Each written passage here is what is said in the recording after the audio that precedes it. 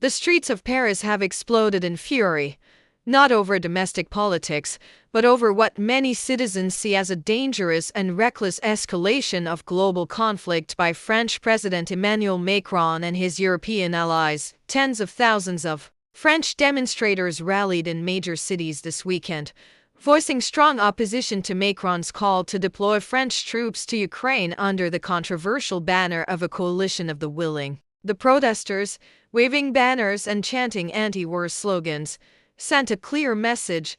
They refused to sacrifice their lives or their sons for a conflict that they believe serves the interests of the European Union and NATO, not the people of France. The protest signs left little room for ambiguity. Messages such as "My son will not go to Ukraine" and "We will not die for NATO" were visible in every corner of the demonstrations. In some areas, EU flags were set ablaze, symbolizing widespread anger at what protesters described as a betrayal of democratic values and national sovereignty. Videos shared on social media show thousands of citizens marching peacefully but resolutely, demanding that their leaders pursue diplomacy rather than war. Chants for peace echoed through the streets, with citizens calling out Macron and his European counterparts for dragging the continent closer to catastrophic military escalation, while Macron and British Prime Minister Keir Starmer rally support for deeper military involvement in Eastern Europe.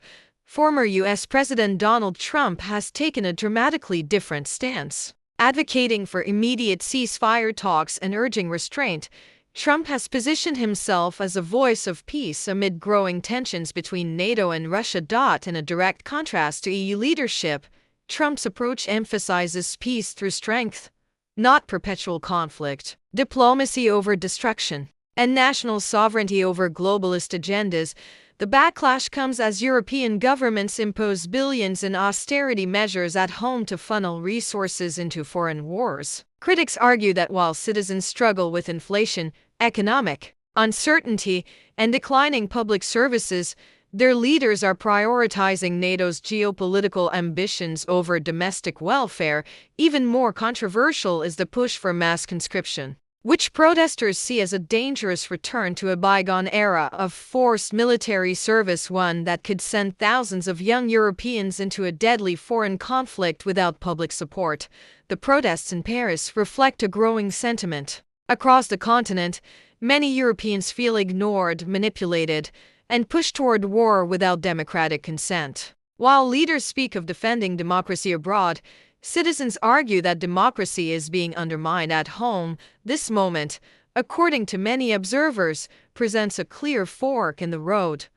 One path leads to endless war, conscription, and economic decline under EU-NATO dominance, while the other envisions a future built on peace, sovereignty, and national strength, a vision that President Trump and his allies claim to champion. The world is watching as Paris burns, not from flames of chaos, but from the fiery spirit of a people who refuse to be silenced. Macron's critics argue that these protests are more than just a moment of outrage. They are a warning bell for Europe's political elite. When citizens take to the streets in such numbers, leaders must listen. If not, they risk losing the very democratic mandate they claim to uphold.